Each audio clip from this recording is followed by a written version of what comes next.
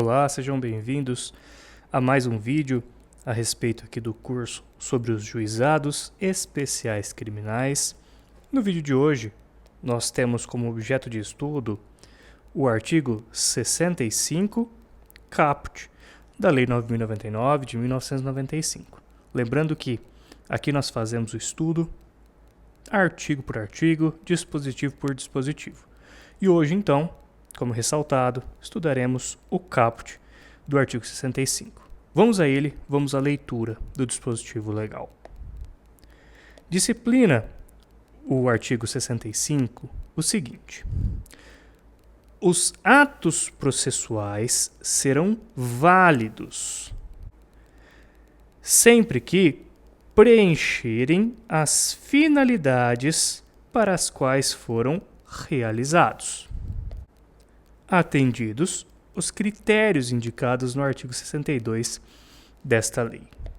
Então, já com a simples e breve leitura desse dispositivo legal, nós já identificamos que esse artigo trata sobre a validade dos atos processuais. Portanto, nós vemos aqui que, a partir daqui, a Lei dos Juizados Especiais Criminais vai disciplinar sobre o tema chamado nulidade.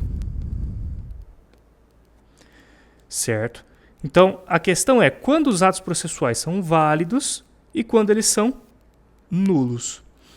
O que é dito aqui é que eles são válidos sempre que preencherem as finalidades para as quais foram realizados, tendo o intérprete sempre em mente os critérios do artigo 62 da Lei 9.099. Lembrando que, sobre esses critérios, eu remito vocês ao vídeo do artigo 62, em que estudamos eles de forma individualizada, correto? E agora vamos então passar a destrinchar esse artigo 65 e estudá-lo mais a fundo. Esse artigo 65, ele traz o que é chamado de princípio da finalidade. Vejam que traz toda a relação com os termos usados, né? Finalidade, é o princípio da finalidade. Segundo esse princípio, conforme eu constei aqui na letra A para vocês, o ato ele é válido se ele atingir o fim a que se destina. Ainda que eventualmente na sua prática tenha ocorrido algum vício, ou seja, ainda que tenha ocorrido alguma inobservância de alguma formalidade, se o ato atingiu o seu fim, a sua finalidade, o seu fim primordial, ele é reputado como válido. Logo, ele não será anulado. Perfeito? Vejam aqui essa palavrinha que eu coloquei aqui, olha.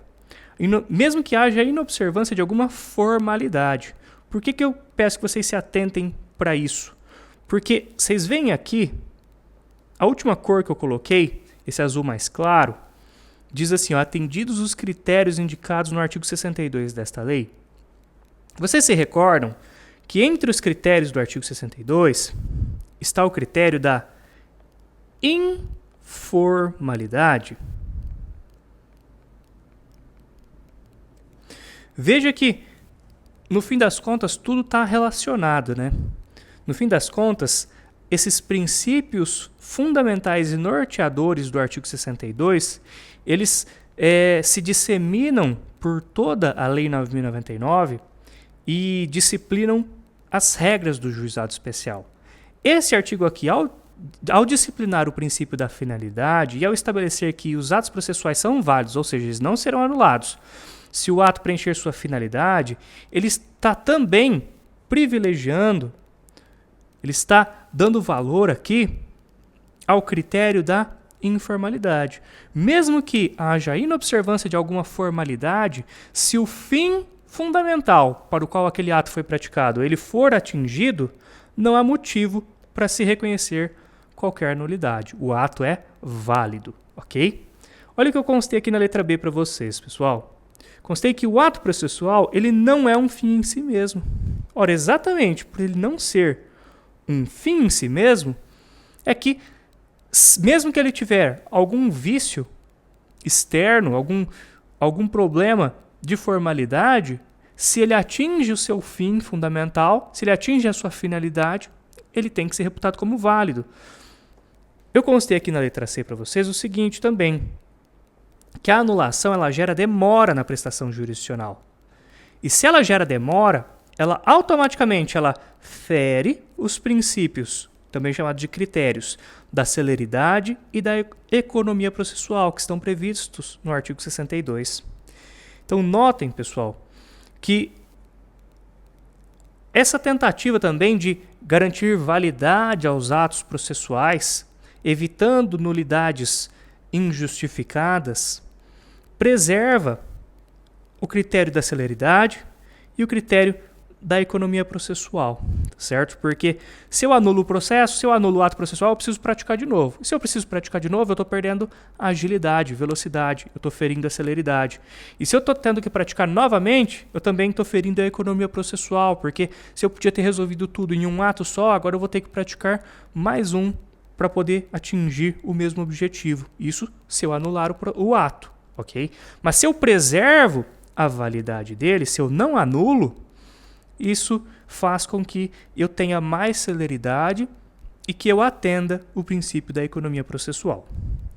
Na letra D, eu constei para vocês também o seguinte: assegurar a validade do ato que atinge a sua finalidade, ainda que sem alguma formalidade, prestigia também os critérios da informalidade e simplicidade. Então aqui, mais uma vez, os critérios do artigo 62, eles se disseminando ao longo dos demais artigos que disciplinam o juizado especial criminal. Ao fazer isso, eu estou privilegiando aqui a informalidade, ok? Como inclusive eu já tinha mencionado quando fiz a leitura da letra A para vocês, e evidentemente também a simplicidade. Eu estou evitando burocracia, perfeito? Então, aqui nós verificamos um panorama geral do princípio da finalidade. Vamos ao próximo slide. Nesse slide, nós temos um exemplo de como que funciona esse princípio da finalidade. Vamos verificar aqui um caso prático, tá certo? Imaginamos que o acusado, ele é citado e ele constitui advogado. Perfeito? Lembrando que a citação ela é um ato processual que tem como finalidade fazer com que o acusado tenha conhecimento da acusação que contra ele foi feita e também permitir que ele exerça seu direito de defesa regularmente, tá bom? Então, ok, ele foi citado e ele constitui advogado. Acontece que essa citação aqui, ela teve algum vício, tá certo? Ela teve alguma formalidade que ela não foi observada, tá? E continua aqui o exemplo dizendo o seguinte: o advogado dele, ele tem perfeito acesso aos autos e ele realiza a defesa corretamente. E continua no seguinte sentido: ainda que a citação tenha ocorrido com algum vício formal, não se declarará qualquer nulidade, pois ela atingiu os fins a que se destina, quais sejam permitir ao acusado o conhecimento da denúncia e proporcionar o correto exercício do direito de defesa. Então, o que esse exemplo aqui está trazendo para a gente é o seguinte: olha, a citação ela é um ato processual, perfeito? Então, a citação ela é um ato processual. Qual a finalidade desse ato processual? Ele tem como objetivo, como finalidade, permitir que o acusado tenha conhecimento da acusação que foi feita contra ele e também proporcionar o correto exercício do direito de defesa. Essa é a finalidade que este ato processual aqui tem. A citação foi feita com algum vício? Olha, ela foi. Mas a citação nesse caso concreto aqui, ela não atrapalhou em nada. Ela atingiu de forma perfeita os seus dois objetivos primordiais aqui. Como a finalidade da citação ela foi atingida, mesmo que exista algum vício formal, não vai ser declarada qualquer nulidade. Ou seja, a citação é reputada como válida. Tá certo? Então, esse exemplo eu passei para vocês que vocês compreendam que Se o ato processual ele é praticado e atingiu o seu objetivo, não se declara nulidade. Esse ato processual é válido, como no exemplo aqui da citação que eu mostrei para vocês, que ela tinha um vício, mas não teve a sua nulidade reconhecida, tá certo? Então vamos para o próximo slide agora. Nesse slide, eu apenas trouxe aqui uma lembrança sobre quais são os critérios, os princípios do artigo 62, tá certo? Importante sempre nós revisarmos, porque é com a revisão que nós fixamos o conteúdo. Então, como aqui no dispositivo legal foi mencionado, atendidos os critérios indicados no artigo 62 desta lei, vamos fazer uma breve aqui síntese desses princípios, tá certo? Os princípios são da oralidade, simplicidade, informalidade, economia processual e celeridade. Sendo que, aqui nesse artigo 65, como eu já mencionei para vocês, em especial, esses 4 princípios aqui eles são mais relacionados ao princípio da finalidade, tá certo? Esses 4 princípios que eu mencionei aqui, eles estão mais relacionados ao princípio da finalidade, que está esculpido aqui nesse artigo 65, caput da Lei 9.099. Perfeito, pessoal? Então é isso, o objeto desse estudo é o caput do artigo 65. Nós já fizemos essa análise aqui. E para acompanhar os próximos dispositivos, os parágrafos do artigo 65, não deixe de acompanhar os próximos vídeos. Muito obrigado por acompanhar até aqui e até a próxima.